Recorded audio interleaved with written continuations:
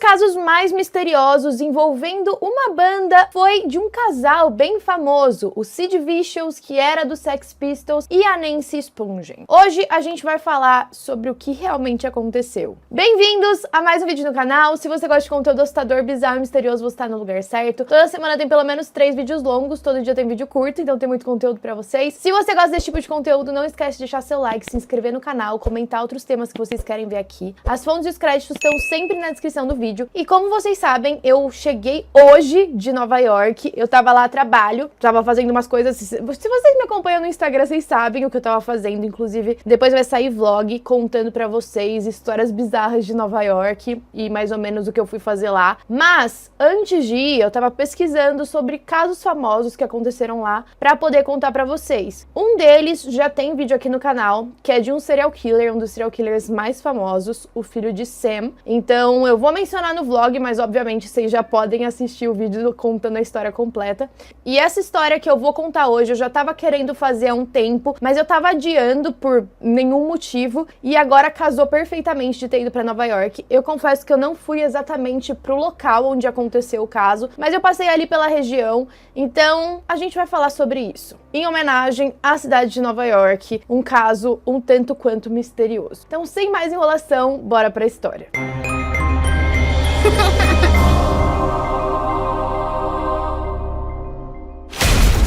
Na madrugada do dia 12 de outubro de 1978, moradores do Chelsea Hotel em Nova York começaram a ouvir alguns barulhos vindos do quarto de baixo, que ficava o baixista do Sex Pistols, o Sid Vicious. Naquele hotel, nos anos 70, não era muito incomum você ouvir gritos, gemidos e barulhos estranhos, dado as pessoas que moravam lá. Mas naquela noite, os gritos eram um pouco incomuns, e os moradores descobririam o motivo na manhã seguinte, quando o corpo da Nancy foi encontrado. Primeiro, vamos falar sobre quem foi a Nancy Laura Spungen. Ela nasceu no dia 27 de fevereiro de 1958, na Filadélfia. Desde quando ela nasceu, ela já passou por algumas tragédias, inclusive pessoais. Ela nasceu com uma doença chamada cianose grave e também quase morreu sufocada pelo cordão umbilical. Por conta disso, ela teve que ficar no hospital por 8 dias logo depois que ela nasceu. Esses 8 dias, ela não podia ficar perto dos pais, eles iam visitar ela lá, mas o contato que o bebê tinha era só com os médicos e enfermeiros, que nem davam tanta atenção assim. E existem alguns estudos que dizem que no começo da vida da pessoa, quando ela ainda é um bebê e ela fica longe da figura materna, ela pode sentir ao longo da vida uma sensação de abandono. E a mãe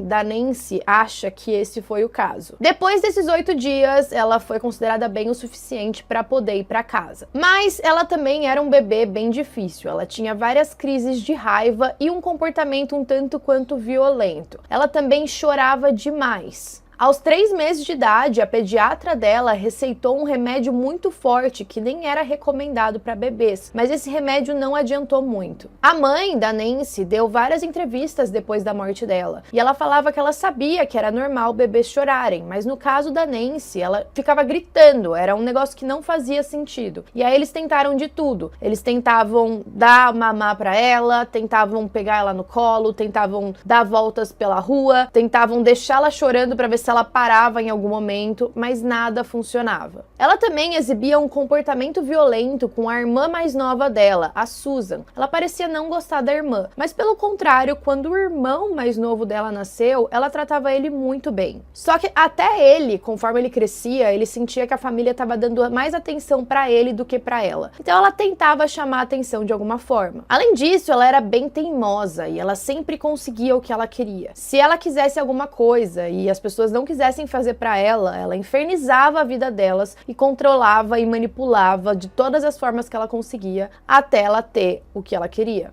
Além disso, se ela se sentisse incomodada com algo, ela gritava e arremessava coisas pela casa. Supostamente, ela teria ameaçado matar uma babá e também matar o psiquiatra depois que ele acusou ela a estar agindo só para chamar atenção. Quando ela tinha 11 anos, ela faltou nas aulas durante 2 semanas seguidas. Ela não gostava de ir para a escola, ela não sentia que ela pertencia ali e ela também não tinha muitos amigos. E aí, depois dessas 2 semanas de falta, ela acabou sendo expulsa. Ela também também começou a alegar ver coisas por aí, mas as pessoas descartavam aquilo achando que era só sonhos. Em uma entrevista que a mãe da Nancy deu, ela disse que a filha dela precisava de um tratamento psiquiátrico e neurológico urgente, mas que ela foi adiando aquilo. A maioria dos médicos que a Nancy passava dizia que ela só estava querendo chamar atenção, que não era nada, que era coisa da idade, mas depois de algum tempo, um médico disse que era tarde demais para procurar ajuda, que eles deveriam ter procurado muito antes. Mas isso deixou a mãe da Nancy muito frustrada. Tipo, a gente tentou procurar ajuda e ninguém tinha conhecimento necessário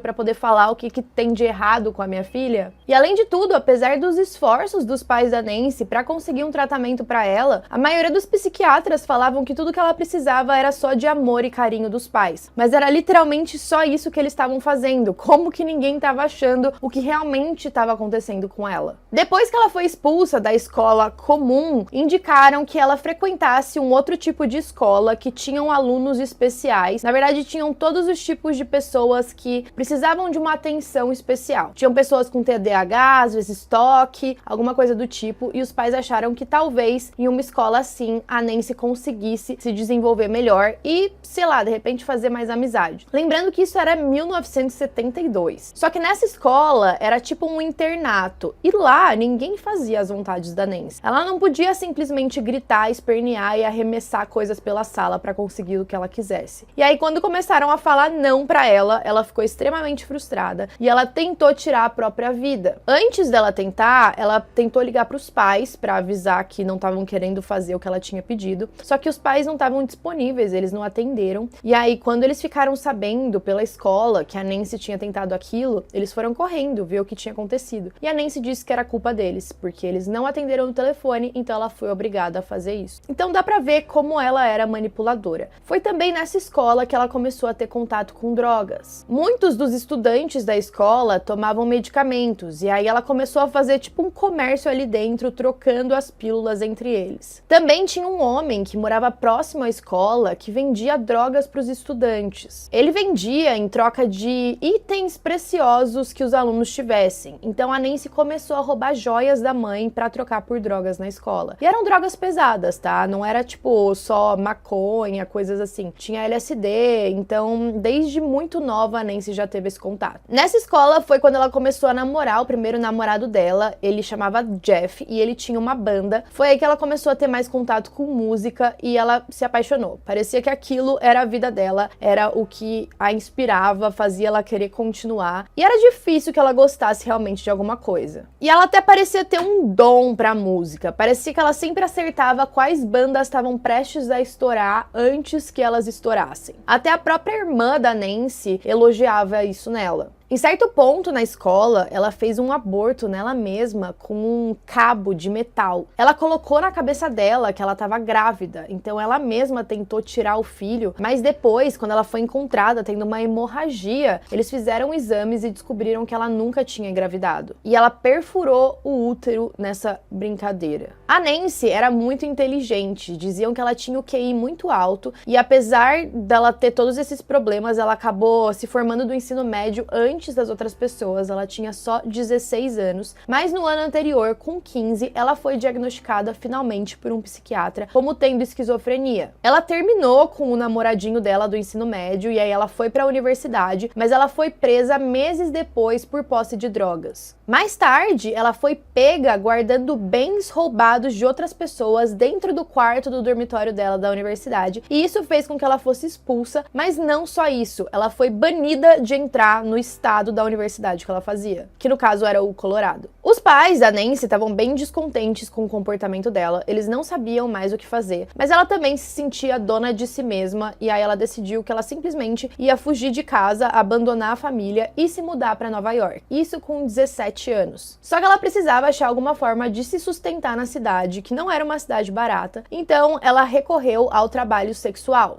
Ela também fazia um tipo de jornalismo musical meio amador.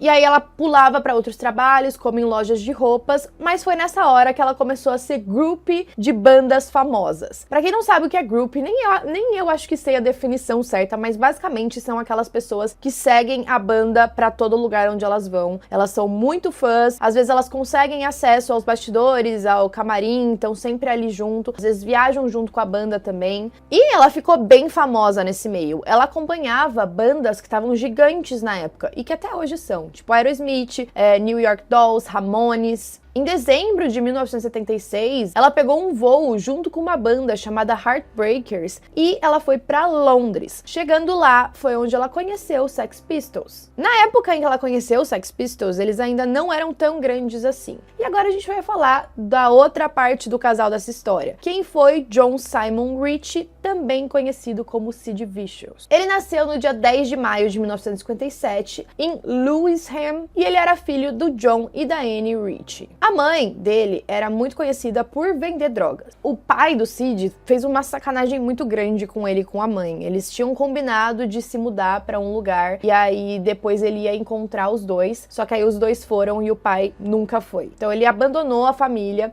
e aí depois de algum tempo a Annie começou a ter relacionamento com outro cara, mas aí acabou não dando certo também. E aí depois que esse segundo relacionamento não deu certo, ela precisava de uma fonte de renda para sustentar ela e o filho, ao mesmo tempo em que ela entrava em uma depressão profunda. Então ela quase não falava com o Sid e ao mesmo tempo vendia droga. Então ele teve que aprender a se virar muito cedo, muito rápido. Ele conheceu o John Lydon em 1973. Os dois eram alunos da mesma universidade. E aí quem deu o apelido de Sid Vicious pra ele foi o próprio John. Isso porque o John tinha um hamster, um ratinho chamado Sid. E aí quando o próprio Sid Vicious chegou e encontrou o ratinho, ele o mordeu. E aí o John falou, o Sid é realmente perverso. Em inglês, Sid is really vicious. E aí por conta disso ficou o Sid Vicious. O Sid, junto com os amigos, não se importava com a escola. Eles ficavam invadindo propriedades abandonadas por aí e matavam aula o tempo todo. Ele se juntou aos Sex Pistols em fevereiro de 1977, depois da saída do baixista anterior. Um dos principais motivos para ele ter sido aceito na banda foi porque ele era amigo do vocalista, o Johnny Rotten.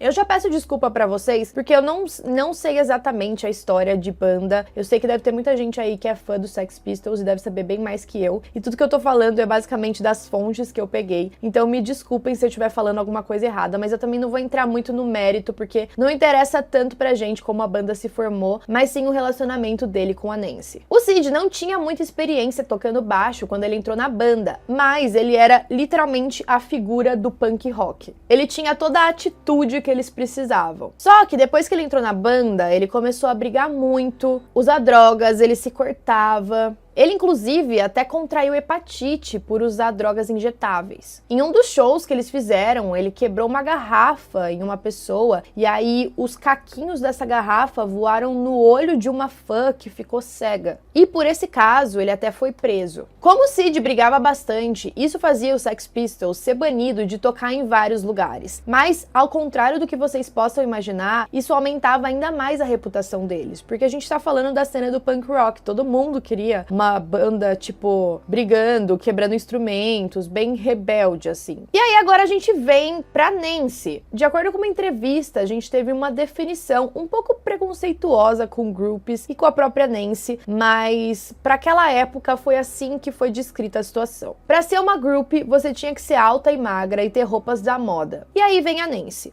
Ela não tá tentando ser fofa ou charmosa. Ela não tava dizendo às pessoas que era modelo ou dançarina. Ela tinha cabelo castanho claro e estava um pouco acima do peso. Ela basicamente dizia, sim, sou uma prostituta e não me importo. A Nancy, agora em Londres, começou a seguir os Sex Pistols. Eles se conheceram em 1976 e o Sid imediatamente gostou dela, ao contrário de alguns dos outros membros da banda. Depois que eles se conheceram, eles se tornaram inseparáveis. O empresário dos Sex Pistols, o Malcolm McLaren, disse: Nancy ensinou o Sid tudo sobre sexo e drogas e o estilo de vida de um roqueiro nova-iorquino. Mas o grande problema foi que o relacionamento do Sid com a Nancy piorou aquela situação que o Sid já tinha, de brigas, de drogas e de arrumar muita encrenca pra banda. Uma testemunha chegou a dizer um dia que a Nancy incentivou o Sid a empurrar uma fã escada abaixo em um bar e ele foi lá e empurrou. Então a situação começou a ficar muito complicada, porque agora o Sid não falava mais por ele mesmo. Parecia que quem tomava todas as decisões da vida dele e da carreira dele era a Nancy. Tudo que ele ia fazer, ele precisava perguntar pra ela, e ela que falava o que deveria ser feito. Agora, eles estavam tão inseparáveis,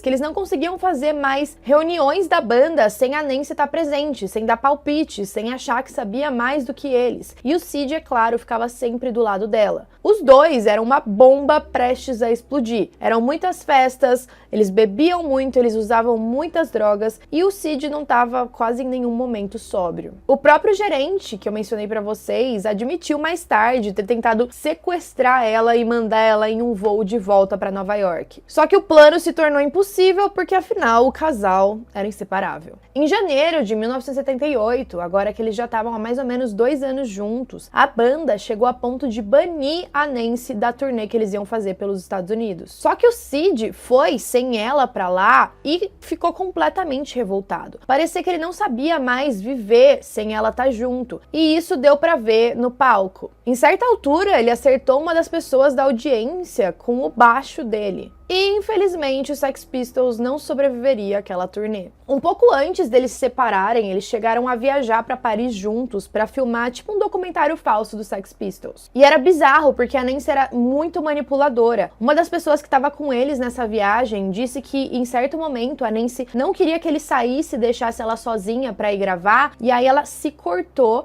e ficou toda ensanguentada para meio que pressionar o Sid a não sair e deixar ela sozinha por medo que ela fosse fazer alguma besteira. Em janeiro de 1978, o Sex Pistols se separou. Eles citaram o vício em drogas do Sid e também o relacionamento dele com a Nancy como 2 dos principais motivos. E foi em agosto de 1978, então naquele mesmo ano, que o casal se mudou para o Chelsea Hotel em Nova York. Esse hotel era muito famoso entre os artistas da época e principalmente músicos. Alguns artistas como Bob Dylan, Janis Joplin e o Jimi Hendrix já tinham ficado ali. E esse hotel foi um refúgio para o casal durante 2 meses. Então, basicamente, o que eles faziam era ficar trancado dentro daquele quarto de hotel, usando drogas, fazendo várias festas e tentando descansar do mundo lá fora. E os amigos do casal ficaram bem preocupados com essa situação. Eles tinham medo que pudesse acontecer alguma coisa e, infelizmente, eles estavam certos. Tudo aconteceu na madrugada do dia 12 de outubro de 1978. Eles organizaram uma festa naquele pequeno apartamento onde foram várias pessoas. Em certo momento da festa,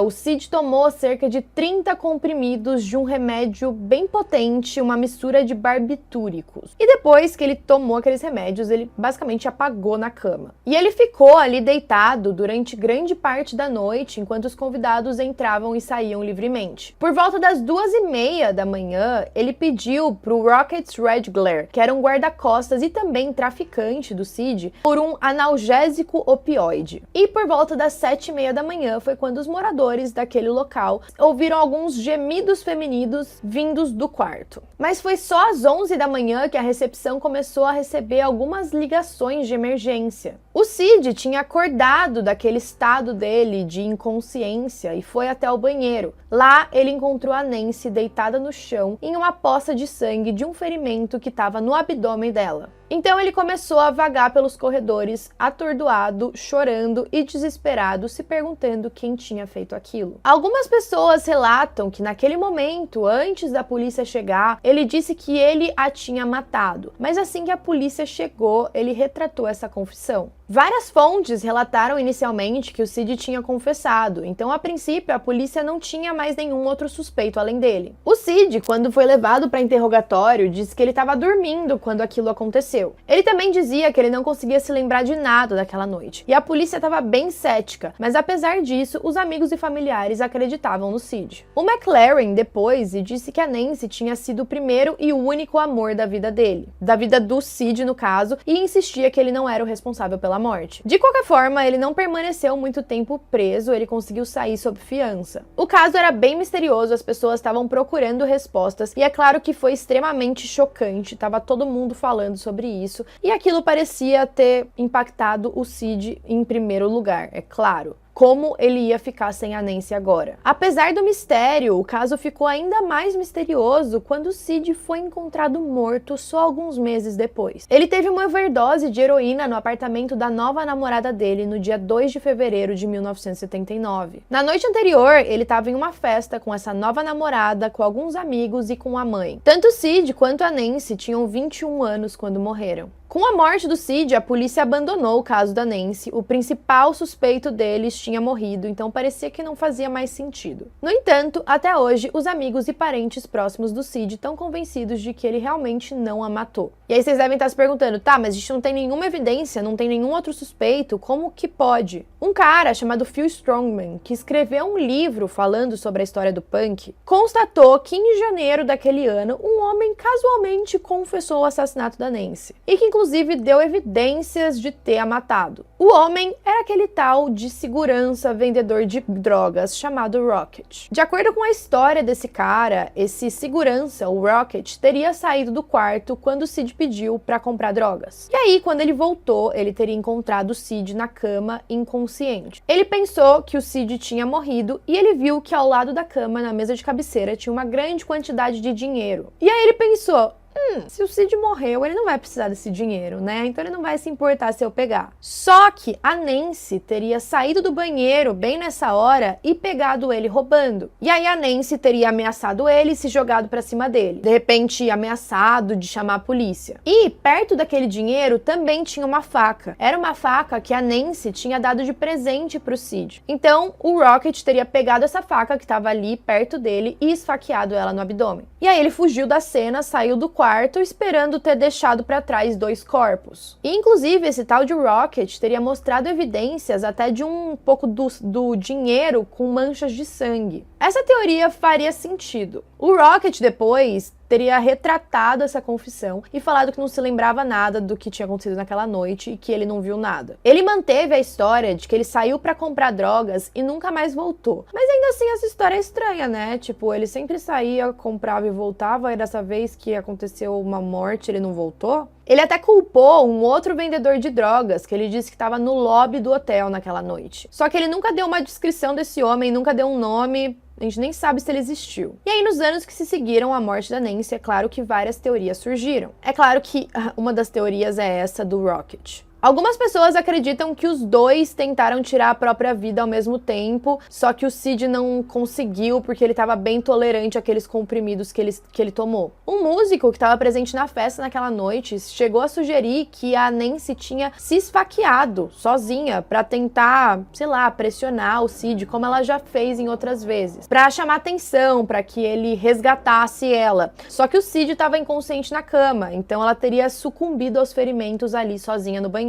Uma semana depois da prisão do Sid, ele tentou tirar a própria vida, de fato. Segundo uma testemunha, ele teria dito: "Quero me juntar a Nancy e manter minha parte do pacto." Mas aí ele passou por uma enfermaria psiquiátrica e, como eu falei pra vocês, depois ele foi solto. E aí, nesse processo aí dele ser solto, antes dele falecer, ele ficou 55 dias em uma clínica de reabilitação das drogas. Ele conseguiu ser bem sucedido nesse programa de desintoxicação. Só que durante aquela festa que ele tava com a nova namorada, ele conseguiu heroína de novo e, em teoria, a quantidade que ele injetou normalmente não faria com que ele falecesse, tivesse uma overdose, porque naquela época ele estava mais acostumado e mais tolerante. Só que como ele passou por essa desintoxicação, aí ele não estava mais. A autópsia chegou a concluir que a morte do Sid foi acidental. A mãe do Sid alegou que depois que o corpo do filho dela foi cremado, ela encontrou um bilhete dentro da jaqueta de couro dele. O bilhete dizia o seguinte: "Nós tínhamos um pacto de morte e eu tenho que cumprir minha parte do acordo. Por favor, me enterre ao lado da minha amada. Me enterre com minha jaqueta de couro, jeans e botas de motociclista.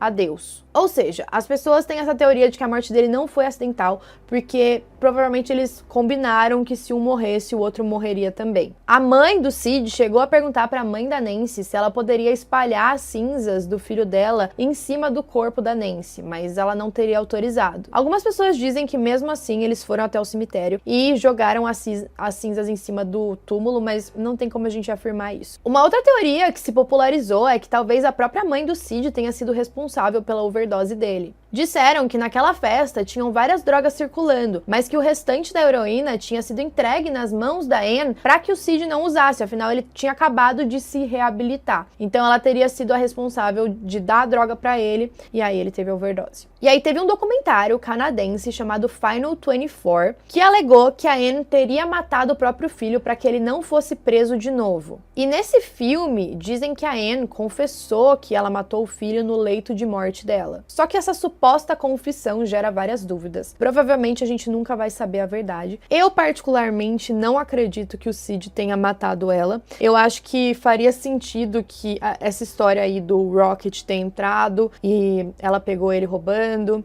Enfim, muito estranho. Quero saber o que vocês acham. Se vocês acham que pode ter sido ele, se vocês acham que não. Com certeza o relacionamento dos dois era muito tóxico e conturbado. Muitas pessoas diziam que apesar desse grande amor que eles tinham, eles também viviam brigando e se batendo.